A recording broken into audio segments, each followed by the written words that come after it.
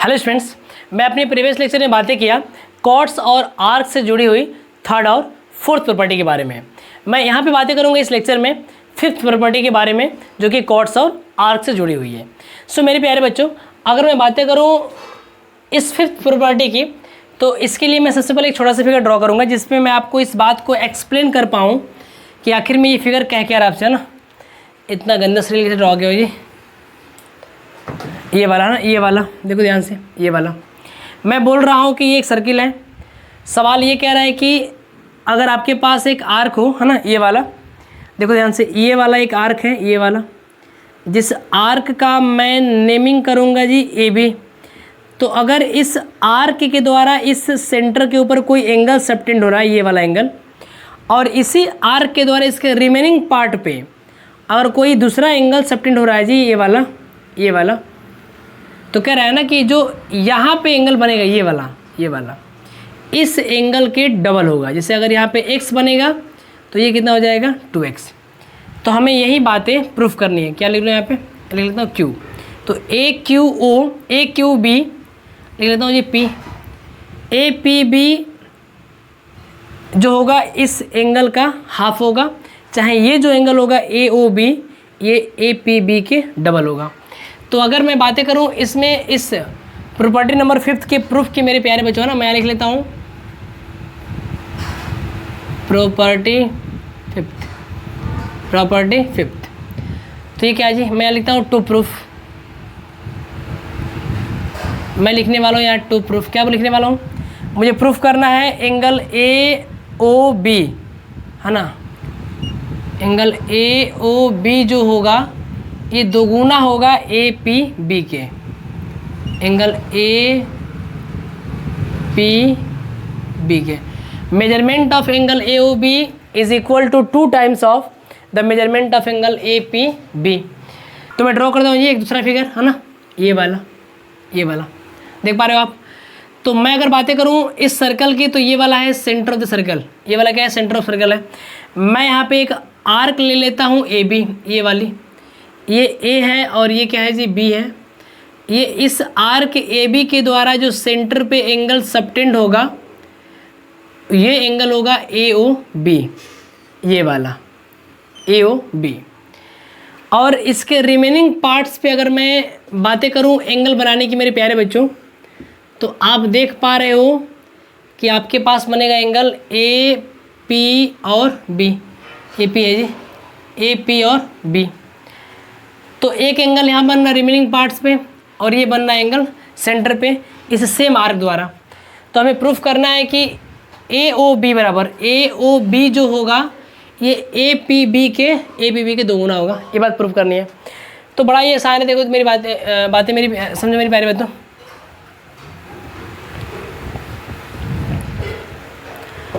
तो बड़ा ही आसान है, समझो मेरी बातों को मेरे प्यारे बच्चों।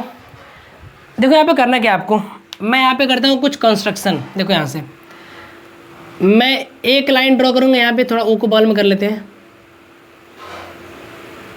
क्या कर रहा हूँ मैं एक लाइन ड्रॉ करूँगा यहाँ पे, है ना, सेंटर ज्वाइन करने वाली एक लाइन, और इसको बिल्कुल सीधी निकाल दूँगा ऐसे, ये वाली है ना। अच्छा, एक बातें मैं आपको बताना चाहता हूँ ट्रेंगल से जुड़ी हुई छोटी सी बातें मेरे प्यारे बच्चों के ध्यान से। मान लो कि आपके पास एक ट्रेंगल है, ऐसे आपके पास जी एक ऐसा ट्रेंगल है, और मैं अगर यहाँ से इस लाइन को थोड़ा सा ऐसे बढ़ा दूँ, तो इस एंगल को बोलते हैं एक्सटीरियर एंगल। क्या बोलते हैं मेरे प्यारे बच्चों, इसको बोलते हैं एक्सटीरियर एंगल। मैं अगर आपसे ये बोलूँ कि ये वाला एंगल है आपका 30, ये वाला एंगल भी आपका है 30, है ना, अगर ये दोनों साइड बराबर है तो, और इस ट्रेंगल का ये एंगल कितना है जी 30 60, और ये हो जाएगा कितना 120। तो देखो ना, ये लीनियर पेयर से ये वाला एंगल कितना होगा 60 होगा। तो आप देख पा रहे हो कि ये जो एंगल है इन दोनों एंगल के सम के क्या है, बराबर है। तो जो किसी ट्रेंगल का एक्सटीरियर एंगल होता है ना, वो अपने ही अपोजिट इंटीरियर एंगल के सम के क्या होता है, बराबर होता है। तो मेरे प्यारे बच्चों, अगर मैं बातें करूँ कि ये वाली रेडियस है तो सर्किल है, ये भी रेडियस है जी, और ये भी रेडियस है, और ये वाला भी क्या है, रेडियस है। चलो मैं नाम दे लेता हूँ, यहाँ पे नाम दे लेता हूँ एंगल 1 और इसको देता हूँ एंगल 2, है ना। ऑलरेडी मैंने वहाँ पे एंगल लिख रखा है। मैं नाम देता हूँ जी यहाँ पे एंगल 1 और ये वाला हो गया एंगल 2। इसको मैं देता हूँ एंगल 3 और यहाँ मैं लिखता हूँ एंगल 4 और इस वाले को एंगल 5 और इसको एंगल 6। मैं यहाँ पे लिख देता हूँ O। तो ये देखो, ये जो एंगल 5 होगा ना, ये बराबर होगा 2 + 1 के बराबर होगा ये वाला। और ये जो 6 है ये इस ट्रायंगल का एक्सटीरियर एंगल है, तो ये बराबर होगा एंगल 4 + एंगल 3 के। हाँ, है कि नहीं है? तो देखो मैं यहाँ पर लिखना चाहता हूँ, मैं प्रूफ में मैं लिख लेता हूँ पहले कंस्ट्रक्शन। मैंने क्या किया कंस्ट्रक्शन में,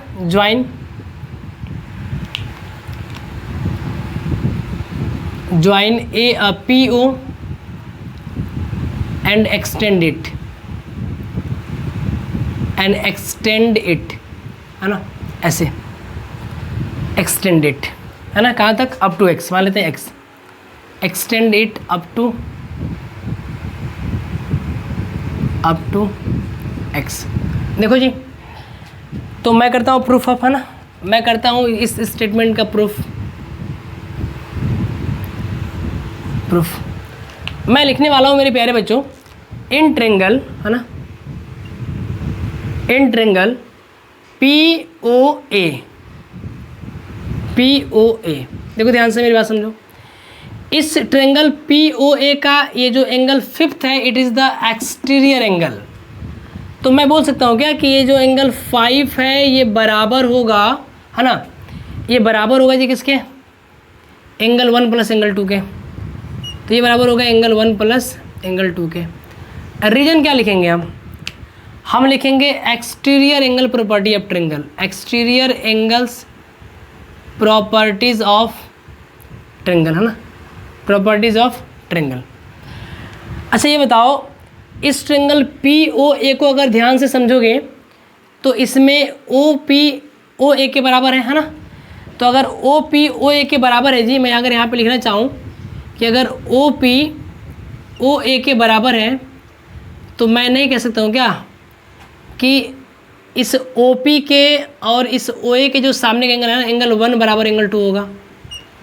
एंगल 1 एंगल 2 के क्या होगा जी, बराबर होगा। कैसे होगा, angles opposite to equal sides are equal, है ना। अगर ये दोनों साइड्स इक्वल हैं किसी ट्रायंगल में, तो इक्वल साइड्स के जो ऑपोजिट एंगल होते हैं ना, OP के ऑपोजिट ये 1 और OA के ऑपोजिट ये 2, ये दोनों क्या होगा जी, बराबर होगा। तो दैट इम्प्लाइज मैं ये कह सकता हूँ मेरे प्यारे बच्चों कि ये जो एंगल 5 है, ये जो एंगल 5 है ना, ये किसके बराबर होगा। अच्छा अब ये बताओ, हमें काम इस एंगल 2 से है ना, क्योंकि it is the part of angle APB। तो अगर मैं यहाँ पे 1 दिख रहा है तो मैं इस 1 की जगह लिख सकता हूँ क्या 2, जी जरूर लिख सकता हूँ जी। तो मैं लिख सकता हूँ एंगल 2 और प्लस ये हो सकता है एंगल 2। अच्छा ये बताओ, अगर सेम बातें 2 बार हो तो नहीं लिख सकता हूँ क्या मैं ऐसे, 2 times of angle 2 and it is equation number 1। Similarly, है ना, सिमिलरली मैं बातें करूं इन ट्रायंगल्स POB की, देखो ध्यान से, POB की बातें करूं मैं, तो मैं यहाँ पर ये बोल सकता हूँ जी, ये जो 6 होगा इन दोनों के बराबर होगा जी, है ना, और ये 3 और 4 बराबर होंगे क्योंकि ये दोनों साइड्स क्या हैं, बराबर हैं।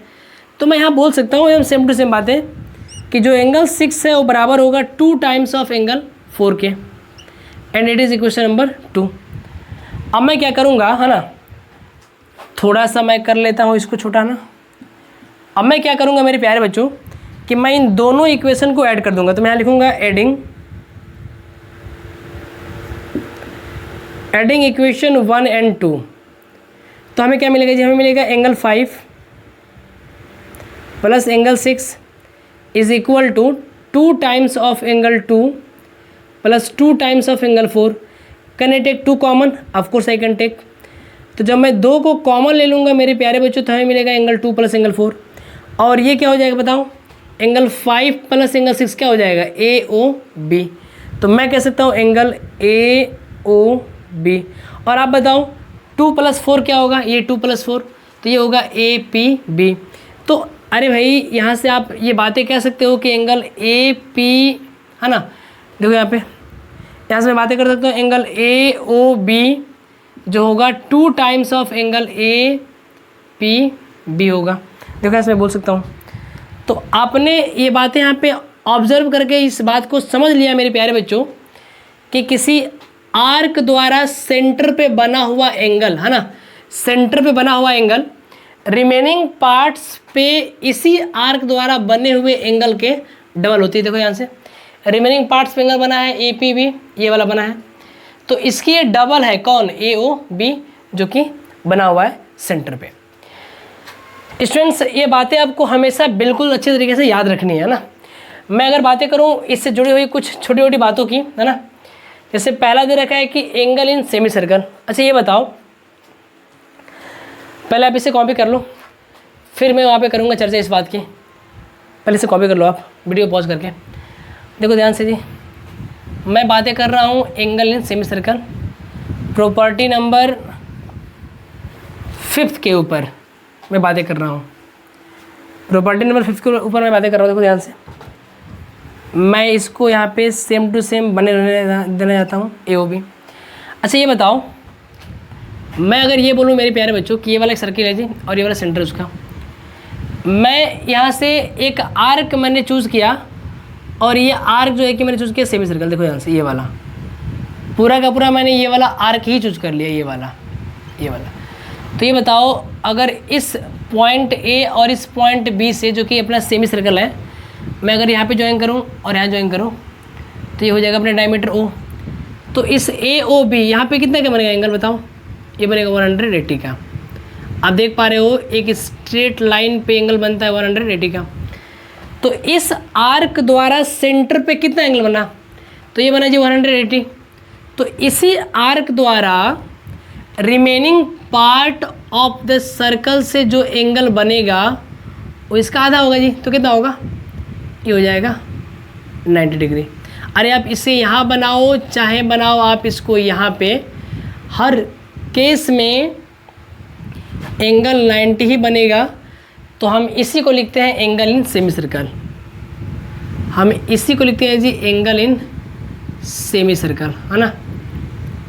Angle in semi circle is what, is 90 degree. आप इस बात को सेम इस कॉन्सेप्ट का यूज़ करके प्रूव कर सकते हो।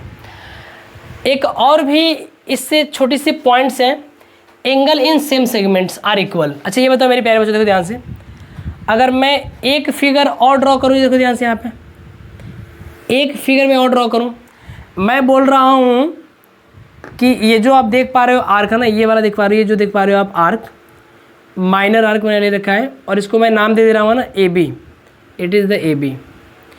इस आर्क द्वारा सेंटर पे एंगल बन रहे हैं, मान लेते हैं कितना, ये बन रहे हैं 60 डिग्री का।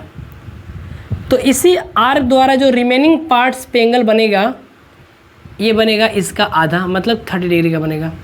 इधर बनाऊँ तब भी चाहे यहाँ बनाऊँ तब भी जी, हर केस में जो ये आर्क द्वारा एंगल बनेगा इसी सेम आर्क द्वारा, उस सेम इस सेंटर वाले एंगल का आधा होगा और सेंटर वाला एंगल इसके क्या होगा, डबल होगा जी। अच्छा ये बताओ, मैं अगर कुछ टाइम के लिए इसे अरेंज कर दूं, देखो ध्यान से, कुछ टाइम के लिए अगर मैं इसे अरेंज कर दूं, है ना, और मैं यहाँ से ज्वाइन कर दूं एक लाइन जिसको हम बोलते हैं क्या, कॉर्ड। तो अगर ये कॉर्ड है मेरे प्यारे बच्चों, तो नीचे वाले को बोलते हैं माइनर सेगमेंट और ऊपर वाले को बोलते हैं मेजर सेगमेंट, है ना। ये बड़ा वाला, ऐसा कोई कॉन्सेप्ट नहीं है नीचे वाला ऊपर वाला, मतलब ये वाला हो गया बड़ा वाला कॉन्सेप्ट, ये आर्क, तो ये हो गया अपना major segment and it is the minor segment. तो देखो इस ये जो 3 एंगल बने हैं ना, नाम देता हूँ P Q R, A P B, A Q B, A R B. देखो ये तीनों एंगल एक सेगमेंट में है और ये तीनों की जो वैल्यू है ना, मेजरमेंट है ना, ये तीनों की जी बराबर है। तो हम इसीलिए बोलते हैं कि angles in same segments are equal. तो ये ऐसा क्यों होता है, इस बात को आप अच्छे तरीके से याद रखेंगे।